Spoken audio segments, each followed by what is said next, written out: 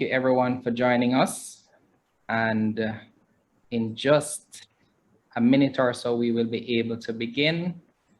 So please take a moment and share the link to this session on your favorite social media platform. We're using the hashtag RethinkRetirementJA. So use that hashtag when you tweet out anything that you would learn from this session here tonight. I'm very excited to be your moderator this evening, and I think we're all here to learn a lot. Thank you, Anna, for sharing that link. So feel free to click on that link that Anna just shared if you're on Twitter, retweet, and if you have any questions, you can also tweet at Jamaica Pensions using the hashtag RethinkRetirementJA. And as I said, we're on Facebook and IG as well. So yes, we're ready to start. Hi, everyone. Thank you for joining us this evening. My name is Jermaine MacDonald. I'm your moderator this evening. So this is, a new episode in the Rethink Retirement JA series hosted by the Pension Industry Association of Jamaica. And tonight's session is entitled The Right Retirement Scheme for Me. Well, in this case, for you and me. And I'm joined here today by Media Committee member, Alicia Ganes. So I'll ask you, Alicia, to just introduce yourself before we begin. Thank you, Jermaine. I hope everyone is hearing me. I'm Alicia Ganes. You may hear a little accent. Yes, that's correct. And I hope that you all can guess where this accent is from. So I'm a actuarial professional, and I've been in the pensions industry. I've been working in pensions since 2005, not to give myself away in terms of how old I am, but I have a good bit of experience doing pension consulting, both in Jamaica and in the US for that time. And my passion is helping people understand about pensions, their retirement, and I do try to give service through my vocation, and this is one of the ways that I do that through the Pension Industry Association of Jamaica. And I hope that you all learn a lot from this session this evening, and looking forward to sharing what I know and answering your questions. Awesome. Thank you so much, Alicia. I know we'll definitely learn a lot. I'm here to learn as well. So I'm very, very, very excited. So for everyone who is joining us tonight, you can ask questions in the chat, or you can feel free to raise your hand, and we'll take questions as we go. So there are no silly questions. Feel free to ask anything that is that comes to your mind. And as I said before, I want you to go ahead and share just anything that you're taking away, any major takeaways, anything that stands out, or just anything that you think about the session that's going on. And I definitely want you to use the hashtag RethinkRetirementJA. Let's see if we can get it trending, because we want more and more persons to speak about retirement planning, speak about pensions. It needs to be something that we're all speaking about. If you have not done so yet, please follow the PIAJ on Twitter, Facebook, or IG. They're also on LinkedIn, so feel free to follow them on LinkedIn as well. And there's a brand new PIAJ website at www.piaj.org. You really want to check out that website. It's looking really good. So we're just going to jump right into this session.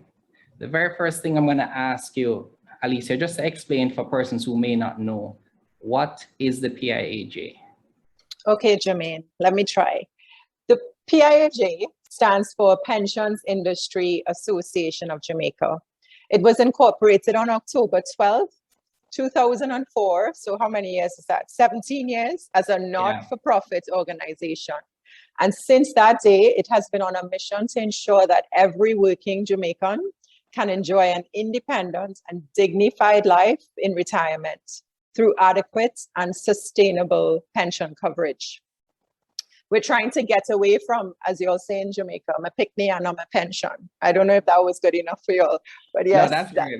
That's great. That's what we're trying to get away from, to ensure that people can sustain their lifestyle in retirement independently.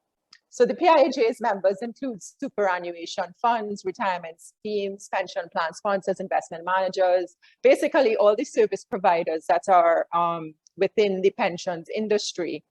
And the mandate is one that empowers all the stakeholders. The PIAJ is governed by a board of directors, and it's comprised of committed professionals who leverage their collective vision and expertise to advocate on a range of issues, from legislative reform to retirement planning, in a way that strengthens the entire industry, allowing it to better support the retirees of Jamaica in the long run. And not only Jamaican retirees, but yeah. That's awesome. That's excellent. And I know since I've been following PIAJ, I've learned so much about pensions. I'm very interested to, check my pension statements, understand what's happening. And for every one of these sessions that I've joined, I've just learned so much. That's good. You actually check your retirement statements. Bravo. Bravo. I'm very interested because I don't want to get to retirement and find out that it's not what I was expecting, right? Exactly. So you don't want to wait 20, 30 years from now, and then you're like, well, this is not enough, or this is not meeting my expectations. So you should, if you're contributing now, check your statement, please. All right, so you're taking away from my lines. That's what I'm supposed to say. I'm kidding. We're Go ahead. We're a team. So the very next thing I'm going to ask you to just talk about, so the probably one of the first questions that you may get or you may hear when pension is mentioned is, how important is it? Why should I get a pension? And what we've seen data that shows that persons are living longer. We've seen that persons want to have a certain lifestyle once they get to retirement age, because retirement is not the end, right? So you may live for 10, 20, 30, even 40 years or more after retirement. After retirement, yeah. And persons, when you get to that age, you'll want to live just a fuller life as you've been living when you were younger. So there's so much that we can. Says this is a move that is expected to bring a positive. All right. Okay. Thank you. So, and definitely the last point, before, just kind of talk about the importance of retirement planning here, is that a lot of persons may focus on good health and being in good shape, but what is the benefit of good health without good finances as well? Because our finances will need to support the lifestyle that we dream of having at retirement.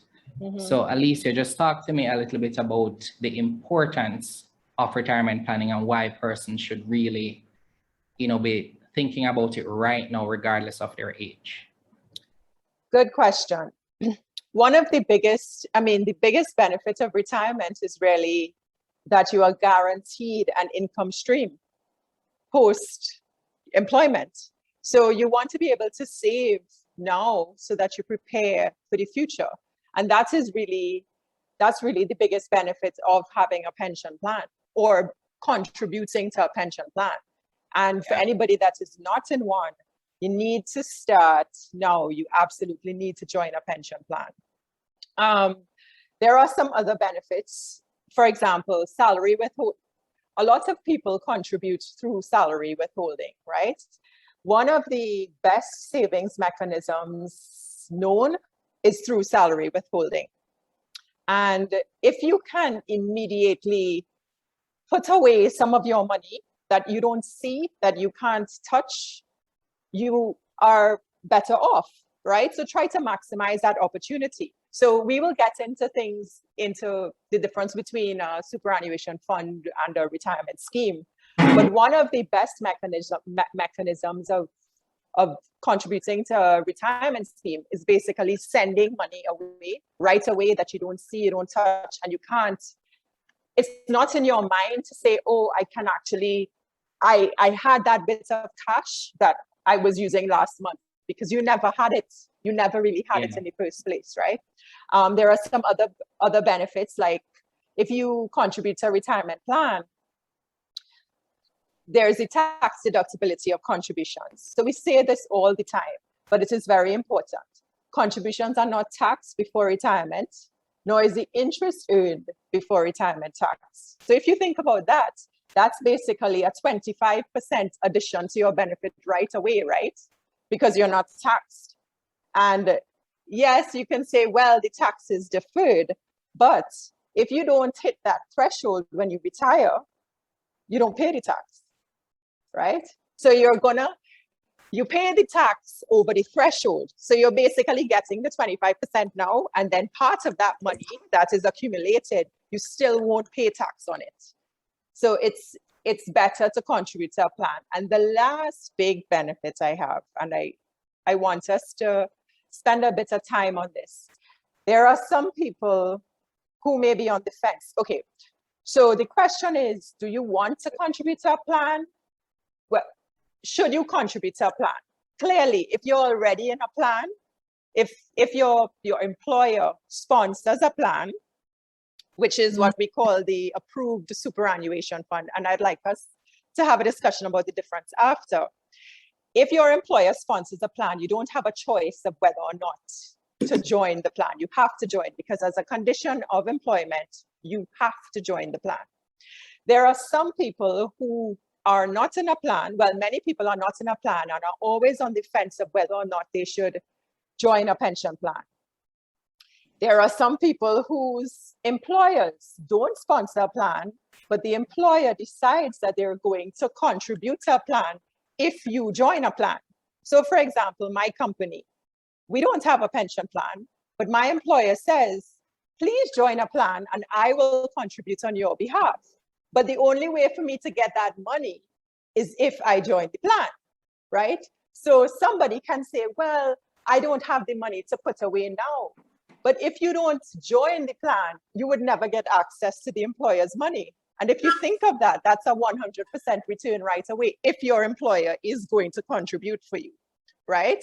So there are persons who have the opportunity to join a superannuation, an approved retirement scheme, and their employer would contribute for them, but they don't because they want to hold their money. But as I said before, just put away the money right away and get that 100% return that your employer is going to give. There is no other investment that gives you an immediate 100% return like that. So that's for the persons who are on the fence and have an option to contribute where their employer would actually put aside for them. I definitely agree. I do have some things that I wanted to add to that, but we actually have another panelist joining us as well, Marie Lynn James. Hi, Marie. Hi, Marie.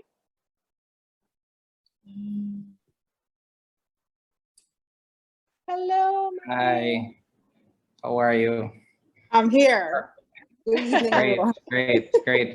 So Marie, I'll ask you to just jump right in and introduce yourself, and then I'll just add, we'll just continue from there. Oh, I am Marie for short. I'm a director of the Pension Industry Association of Jamaica.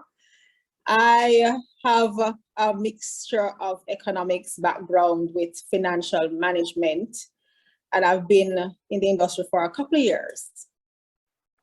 I think that's brief enough. Yes, that's great. Thank you. Thank you.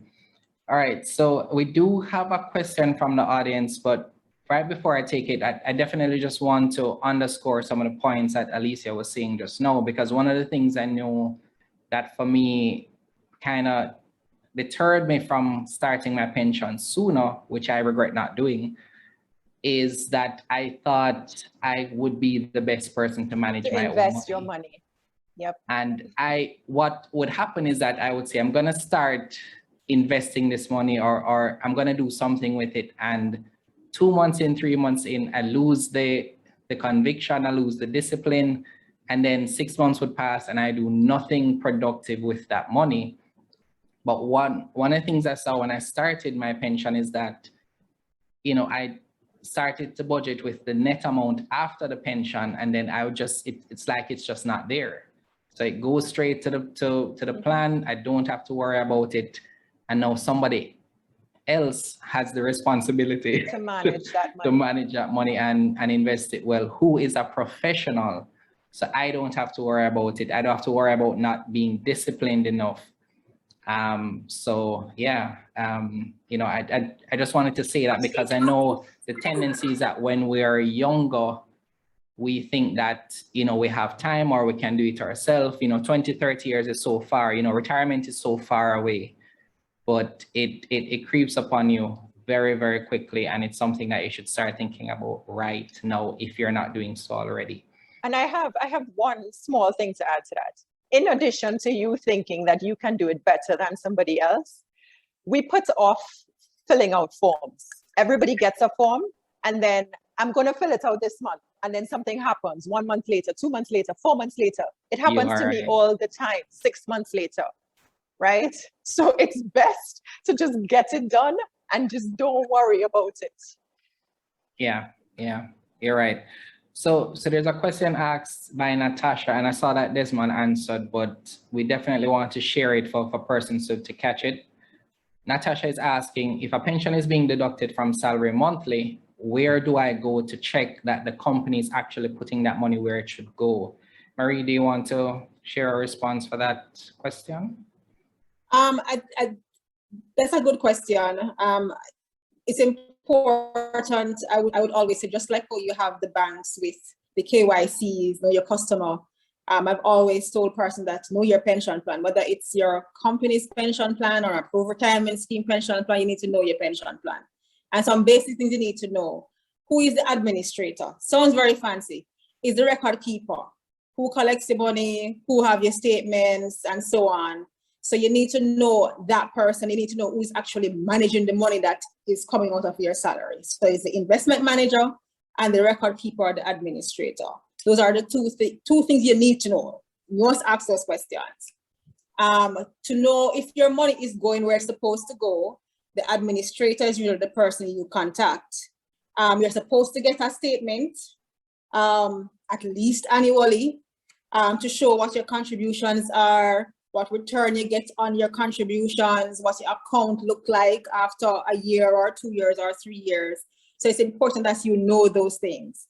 So it's like have a simple checklist, just like when you go to a bank and you say, okay, then how much you're paying on your term deposit? How much you're paying on your savings account?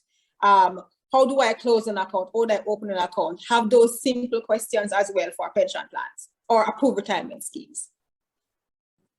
Thank you so much, Marie. It's extremely important to know where your money is going.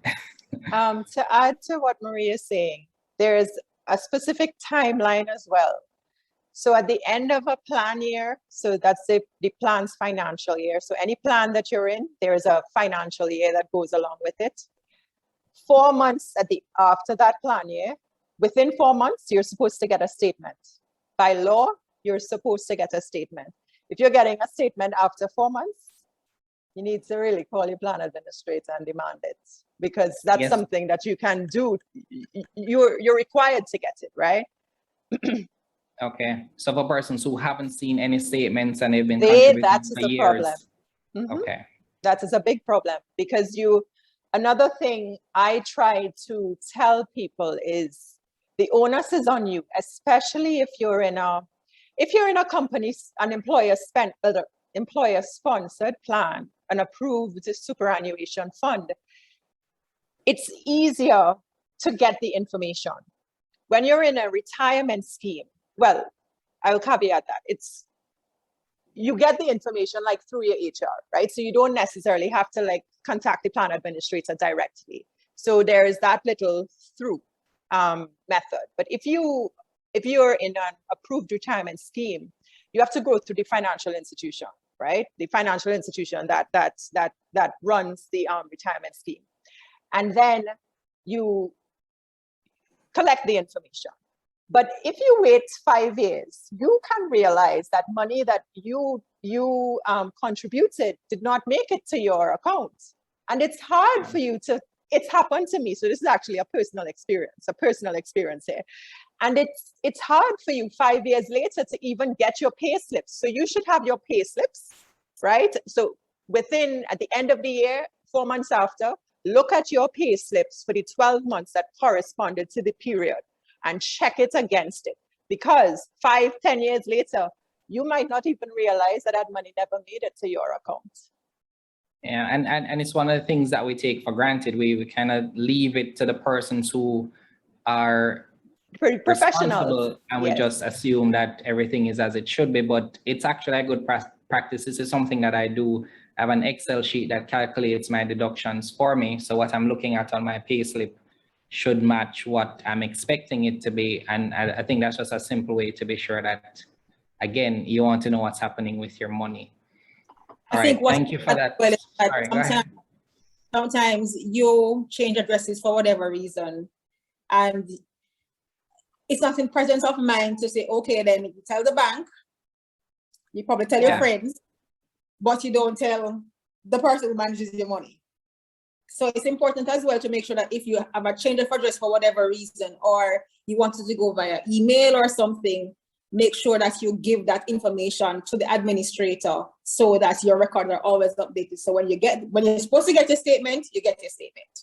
Great. And great. follow up. It's your own personal investment. Follow up. It's simple things. It's really the simple things.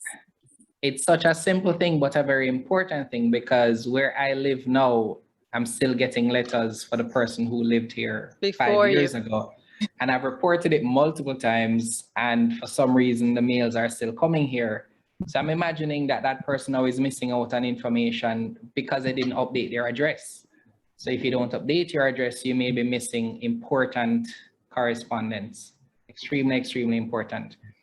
All right, there's a question by Janelle. What about individuals who are entrepreneurs or self-employed? How do they tap into this?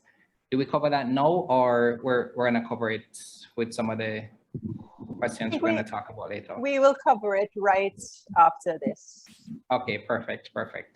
All right, so it's talk a little bit about the 3-pillar pension system, right? What should persons think about? Why is it recommended that we have this system?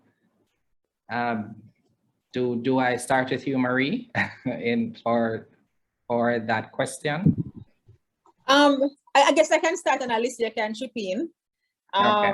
The 3-pillar system is really a fancy way of saying that you have different avenues to save towards retirement.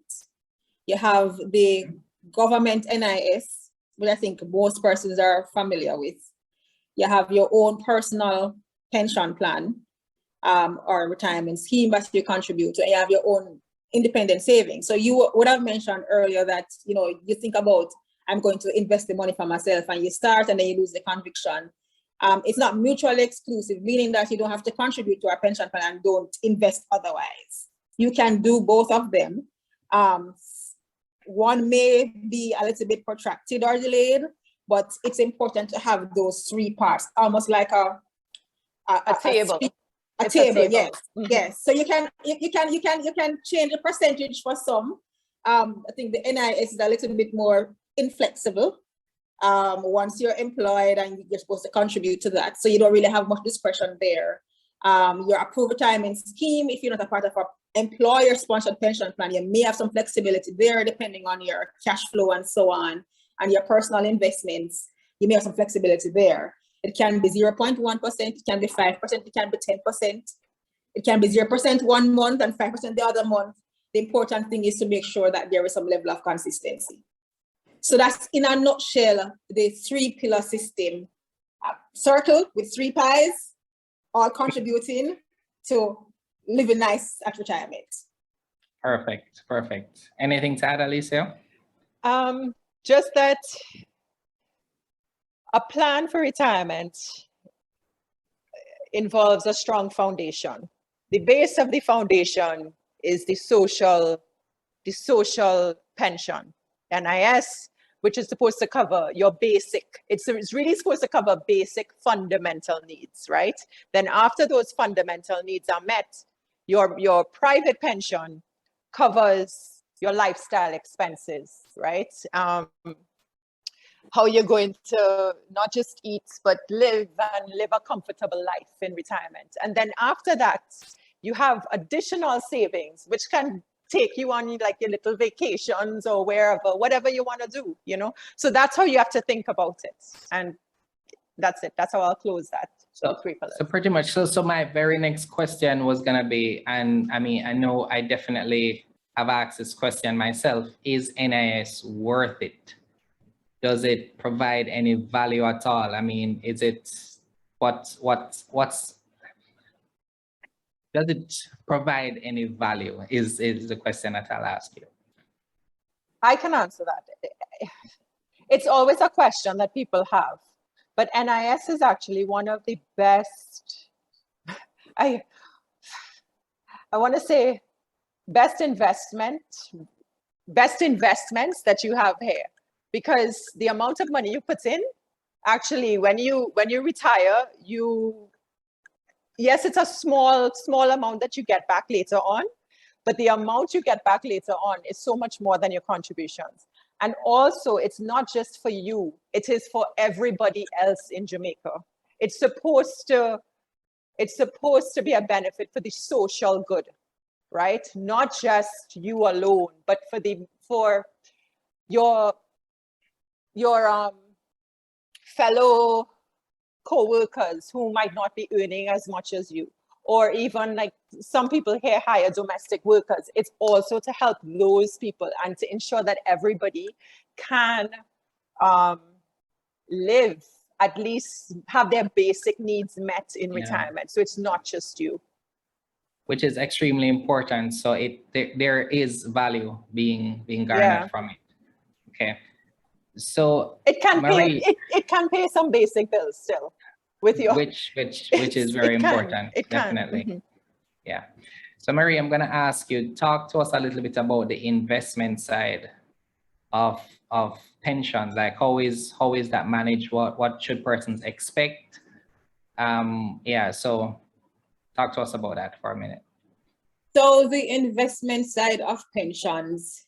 So generally, the private pensions market or industry is regulated. And we should just say that out front. It's not different persons do what they want to do when they feel like they want to do it. The Financial Services Commission is the regulator for the industry. And if persons are aggrieved or have concerns or whatever it is, they have recourse there ultimately. You have different approved retirement scheme providers in the market, and through insurance companies, some through securities dealers, like your Baritas, your Scotias, your NCBs, and so on, and your Sagicors, your Guardian. So you have choice. But what I would say is that the investments you will not necessarily find outside of the regulatory framework. You won't necessarily find that all of the different approved retirement schemes look the same way. So you may have an approved retirement scheme that is managed by Guardian, for example, that only buys bonds, fixed income assets. You may have an approved retirement scheme managed by Sagicor that only buys equities. You may have another provider that has a fund or a scheme that has a combination of real estate, equities, fixed income, cash. So it's important that if you as an individual wants to start, you have to ask yourself several questions. What kind of tolerance do I have because ultimately it is risk. There is nothing that is secure. Generally, you try to be as prudent and as responsible as possible, but there is no guarantee. We see last year with the pandemic, the stock market in Jamaica was doing fantastic before, and then last year all hell broke loose. This year we're trying to recover, so there is nothing that's guaranteed. So it's important that you ask yourself the question, yes, I want to save for retirement. Yes, I want to have my vacations and so on. Am I willing to deal with what comes with it, like the risk? If you can't deal with the risk, then perhaps you need to look at less risky type investments like your bonds and so on. If you think that you can ride the tide And if the market go up and go down, you're okay with that, then you perhaps can look at more equity type of investments. So when you are looking at an approved retirement, and I'm focused on approved retirement scheme here, when you're looking at an approved retirement scheme and you're shopping around, you ask what types of portfolios, what types of funds do they offer? What is the length and breadth of it? And then once you have the different options available, then you start asking yourself those personal questions to make a decision. There are some approved retirement scheme that gives you to select percentages. So you can select 10% in fixed income, you can select 80% in equities, you can select 10% in real estate, and so on. And you have those that you can only select one fund. So ask those questions. Ask about the performance, the historical performance, how long the funds have been around. And then the historical performance is no indication of what's going to happen in the future. That is important for everybody to know. But what is good is that if you look at a fund in 2018 or 2019, and the fund invests in equities, and the return is negative, red flag, because the market was very positive.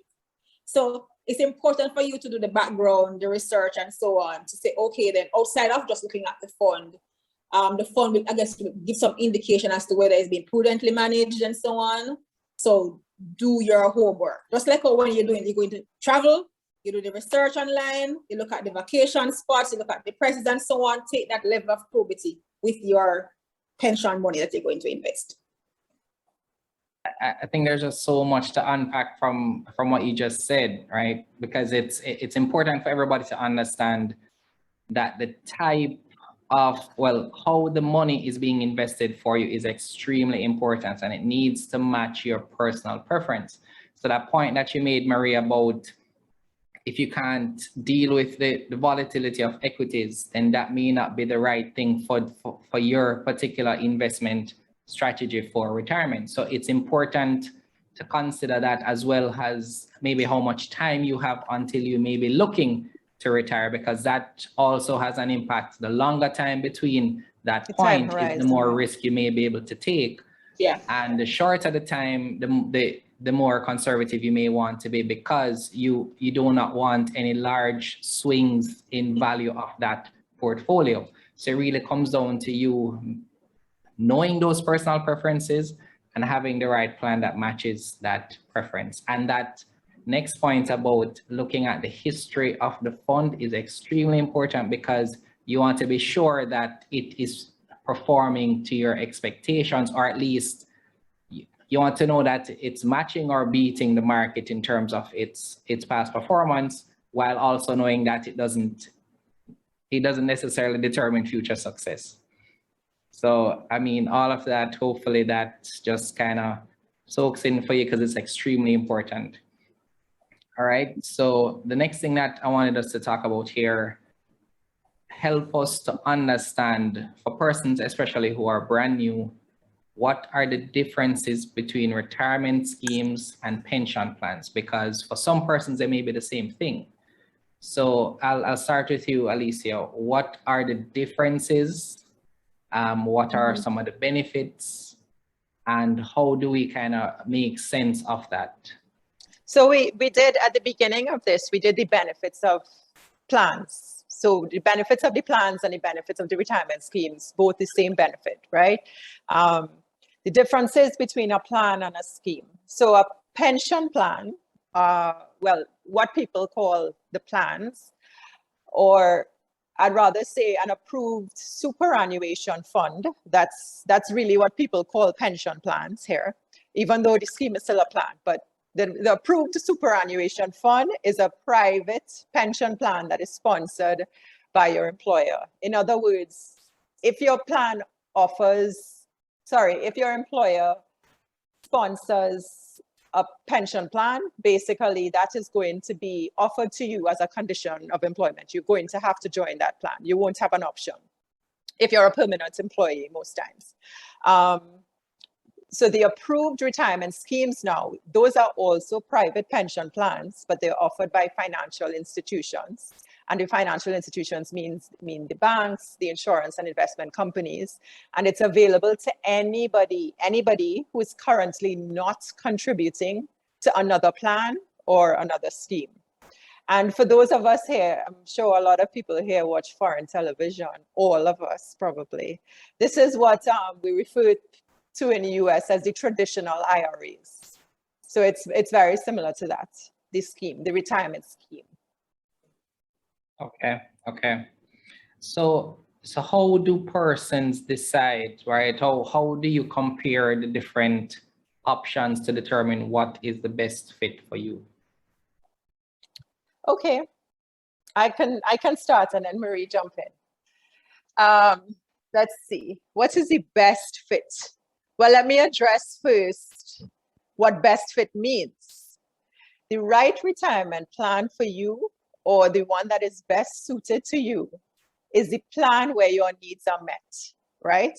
So if you are in a company sponsored plan, an approved superannuation fund, basically that is the best plan for you. You don't really have a choice there, right? So for the approved retirement schemes now, that the best plan for you is the one where your needs are met. And what are some of your needs? For some people, well, first up, you want to ensure that your investments are safe and sound, right? So you need to choose a sound financial institution. That, first and foremost, that is one of the things you need to look at to figure out which plan, which option is best for you. The next thing, for me, I know that access to information is important to me, right? So I would want to find out whether or not whichever plan I'm choosing has an online portal, how frequently information would be provided to me about my pension portfolio, and whether or not the plan administrator is accessible and responsive. Now, let me give you all a hint. Test the waters. If anybody here is interested in joining an approved retirement scheme or thinking of now going to contribute, test the waters if information is important to you. Check out the financial institution's websites, right? See what information is available directly on the websites right now.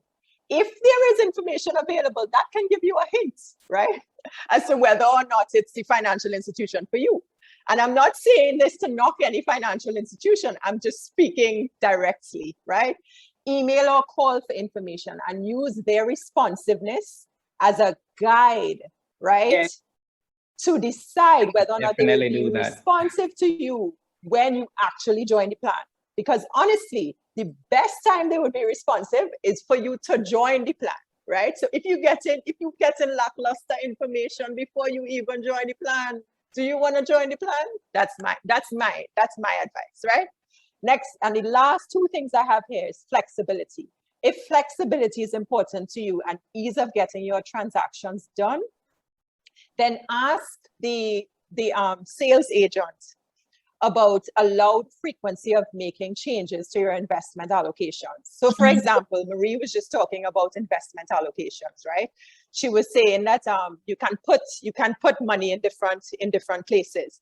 You want to be able to move money if at some point in time you think that you want to move money from like your equity fund and diversify it or whatever.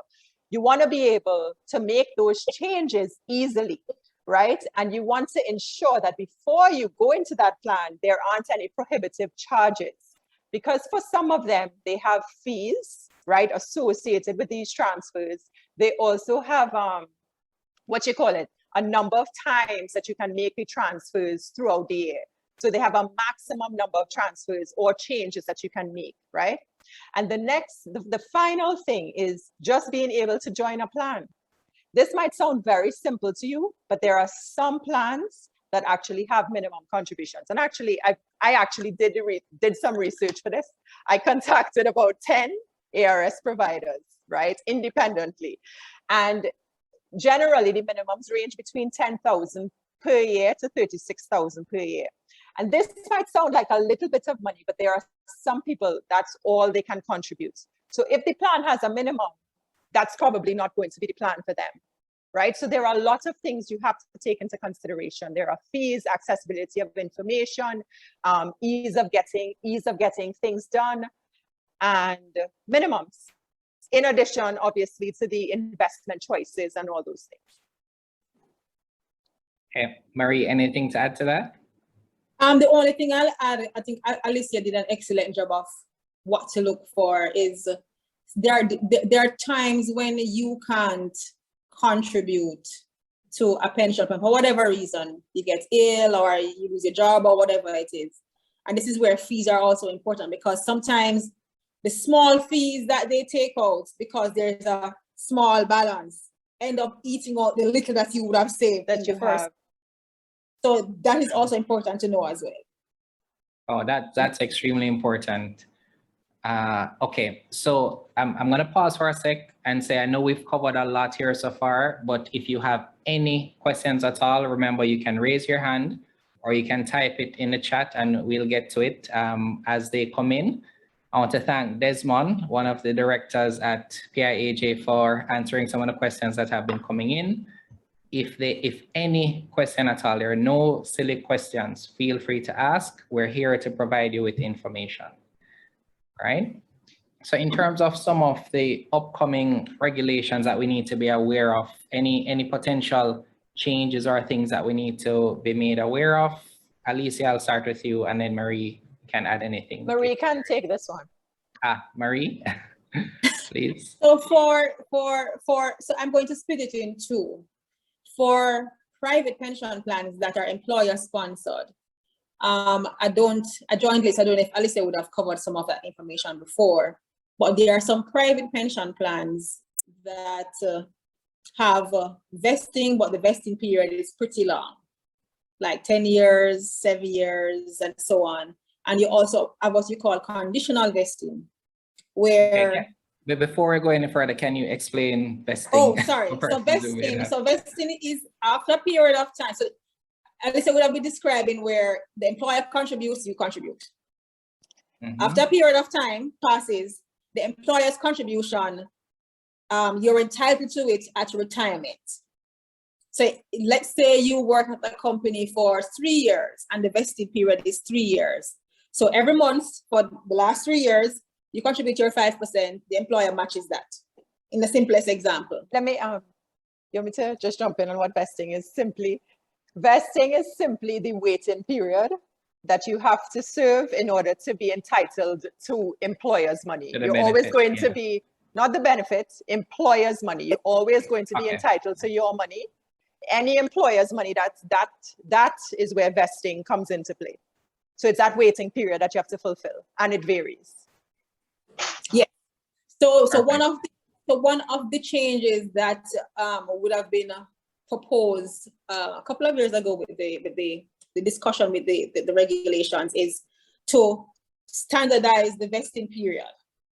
So 5 years, I guess you have some employers probably can have 3 years, 2 years, 1 year, or no period at all, no waiting period at all. But to bring it down from the long period that some persons have to 5 years. A maximum, and also remove the conditions. So there are instances where there are conditions. So you're entitled to the employer's contribution, but there are conditions attached. So if you take all of your money when you leave the company, then you perhaps forfeit what the employer's contributed for you. That's conditional. So even though you're entitled, there are strings attached. So one of the changes being considered is to remove that condition. So once the employer contributes on your behalf, and you meet the vesting period or the waiting period, you're entitled. There is discussions about having one person contribute to several pension plans. So as it is now, Alicia would have said before, you can only contribute to one pension plan at a time. So if the pension plan sucks, you're stuck. But it is being contemplated to allow you to select more than one, so you can, I guess, maximize the return. So if you have an outside plan that's doing fantastic, then you can look at contributing 5% there, 5% to another plan here, and so on. So that is also important because it gives the the investor the option to maximize as much as possible, as opposed to being stuck in one plan at a time.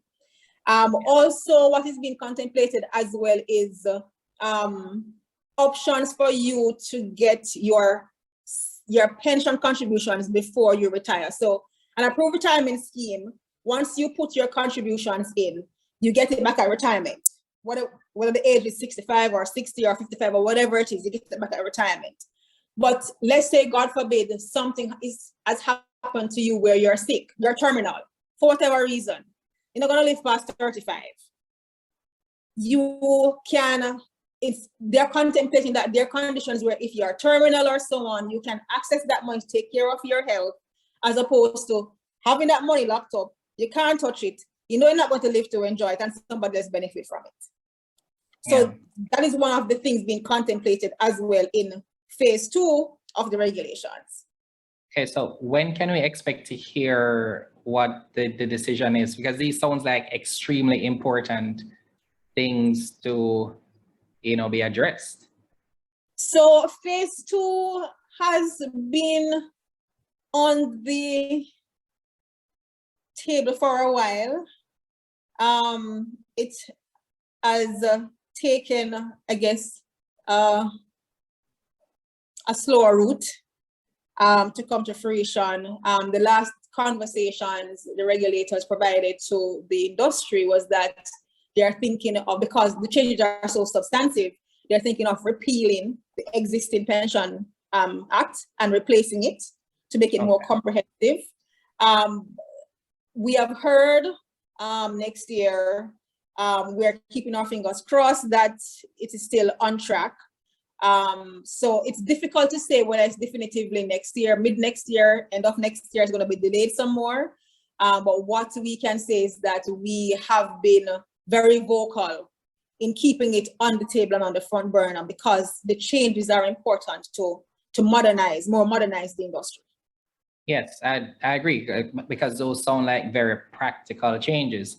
And I'll just say for everyone here that point about leaving one employer and forfeiting some of your benefits. I know of persons who have been in that situation. You want to understand the conditions, the strings, as Marie would say, that are there as a part of that agreement before you try to, take, you may be forfeiting a greater amount just for a small sum. Like just think about it that way. So understand it carefully, know what the terms are before you try to do any withdrawals. All right. It's very tempting, it is very, when you see that statement. Trust me, I know you can get $5 million. Yeah. Yes, it feels like I can do so much with that 5 million right now, but you may be giving up 7 million. So totaling that's 12 million. Like that's. Well, guess what? Really think about that. There is one thing there. If you were in an ARS, you couldn't do that. You couldn't, if you stopped working, you couldn't take a refund of your contributions, right? You're locked in until retirement. So that's one additional thing about ARS. Okay. That's very important to know. Thank you. Thank you, Alicia. All right, so I think we kind of touched on this already, but I wanted, we spoke about the two different types, the retirement plan versus the retirement scheme, kind of, cleared up some of the potential misunderstandings that would be there. So there are two terms that, persons might hear. Well, let me just phrase it this way. What are some of the terms that person should take note of, look out for when they're taking in information about pensions, right? So just can we go through some of those? Maria, I'll start with you. What are some of the terms? So we spoke about vesting already, but are there any other areas that we should know, any terms that we should be familiar with? I will mention credited interest. It's a fancy term, but it's really the interest that is paid on your account based on the performance of the assets in the plan.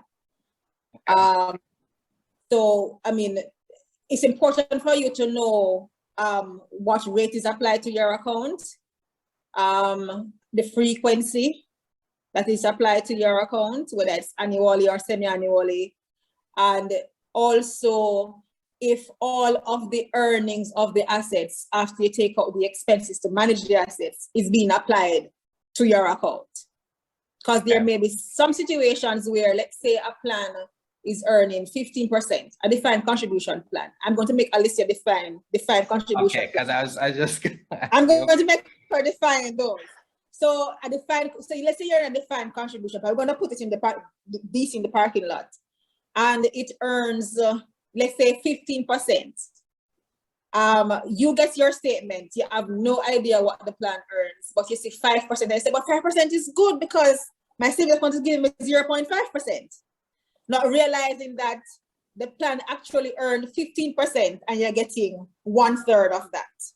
So it's important to know how much is being applied on an annual basis compared to how the plan is performing, credited interest. okay. Alicia, defined contribution and defined benefit plan. Yes. Okay. So there are two types of pension plans. Defined benefit and defined contribution. You see the term that's dissimilar in both of these two things, defined, right? So for a defined benefit plan, the benefit at retirement is defined, meaning that there is a set predetermined calculation for the benefit to be paid at retirement. So for example, one common one we have is 2% times salary times service, right? So it doesn't matter how many contributions came into the fund, your benefit is not going to be based on the contributions for a defined benefit. Your benefit is going to be based on a formula, right? Okay, that's basic defined benefit. Can whoever is speaking mute their mic? Carmen, can you mute? Okay. Please? Thank you. And the second one, which is very common in Jamaica, and all of the ARSs are defined contribution, right? So in a defined contribution, the employer's contribution is defined. So for example, for common DC plans that we have here, it's a 5% employer contribution. So the employee makes 5%, the employer makes 5%. And for an ARS, obviously, you may not have an employer contributing for you, so you contribute. You contribute only. And for the defined contribution, you can think about it like a bank. You can think about it like a bank account where there are no withdrawals and only deposits and interest until you retire. So money comes in, contributions come in, accumulate with interest until you reach retirement age. And at that point, that pot of money, that total bank account that you have there is converted to a pension at retirement. Okay. That's the difference. Okay. Thank you so much. So we're going to, I mean, we've covered so much. We're gonna, pause here to just make some announcements. You should be seeing very soon a survey. We're gonna ask you to kindly complete that survey just to give us some feedback on the session, and let us know what you thought about it, and asking you as well to follow the Pensions Jamaica hashtag on Instagram, page, sorry, on Instagram and Twitter. As I said, they're on Facebook and LinkedIn as well. If you have any questions, we can actually take some now, just post them in the chat or do a raise hand and we'll get to it. If any questions come to you after the session though, feel free to, tweet at or just send a message to the Pensions Jamaica page, and they will definitely do a response to you as soon as possible, or check out the website, use a contact form, send in any questions to them via email, and they will respond to you. And please tweet out your haha moments to rethink retirement JA, and be sure to tag Jamaica Pensions. And yes, thank you, Anna, for posting it in the chat. So feel free to reach out. There's a lot of information that we covered here tonight, and I know I know you maybe have a lot of questions, so you know, feel free to use up those links as I've shared them. So I'll ask you, Alicia and Marie, any, you know, closing comments or thoughts? I know we covered a lot, but what would be the main takeaway that you want persons to have from this session? I'll go first. I think for me, and I've always said it, is that it's never too early for you to start. Too late. It's not Too late. It's never too late, I like right? how you said it though. I like how you said it. I actually understood what you meant. Yeah. Yes, I want to say that. And every mickle makes a muckle. So, I mean, it's back in the days when we used to have the little piggy bank, and you drop it probably very young, very, very young. Won't know what I'm talking about, but you have a little piggy bank and you put it in there, and you put it in there, and then one day when you're passing, you lift it and it feels so heavy and you're like, oh my gosh, when did it reach here?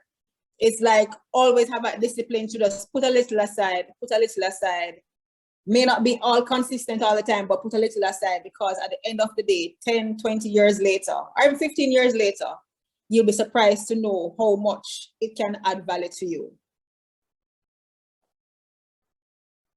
Agreed. Alicia, any I have several. closing comments? Yes, I have several. So starting, one, I always try to tell people to maximize your contributions, always make voluntary contributions. It's very important. Put aside as much money as you can, tax-free, and save that. Remember, members have a right to information, right? You have a right to access information, you have a right to receive information, and it is your right to check the information to ensure it's accurate. Read. You get, when you join a plan, you get a member's handbook. It's a simplified document that explains how the plan works. Read it, understand it, and if you have questions, please speak to the plan administrator. Do not wait until it's too late, right? And then you're ready to retire and you're like, what am I gonna get? You need to know before, right? So in order for you to retire comfortably, you need to have a plan, and you need to stick to that plan, and you need to understand what your plan is. And those are my closing thoughts. Okay, perfect. I agree with you both. As I said, you know, my personal experience is that I really underestimated the value of a pension in my younger days. And now I'm just grateful that I started. I'm grateful that it is meeting my expectations, because I check my statements. And it is something that, you know, my wife and I, we speak about all the time, because we are actually looking forward to that point where we can stop working. And we want to be sure that what we're saving towards and investing towards is meeting those goals. So I want to thank you, everyone. I'm not seeing any questions, so I'm going to trust that we have shared everything that is as clear as day for you. But as I said, if there are any questions that come up, you know, as you think about, you know, your pension or how to get started, feel free to reach out to Jamaica Pensions on any of the platforms that I shared: Facebook, LinkedIn, Twitter, and IG. So on Twitter and IG, it's at Pensions Jamaica. Did I say that right? On Twitter, it's at Jamaica Pensions. Yes. And on IG and Facebook, it's Pensions Jamaica, right? So if you just search for those two terms, I'm sure the page will come up. Check out the new website. The website is awesome, guys. Check it out. It's at www.piaj.org. And I really want to thank Alicia and Marie for sharing so much information with us. You gave us a lot to think about, and please take a moment to fill out the survey upon exiting the meeting. Thank you, everyone. Hope you have a great rest of the evening. Take care.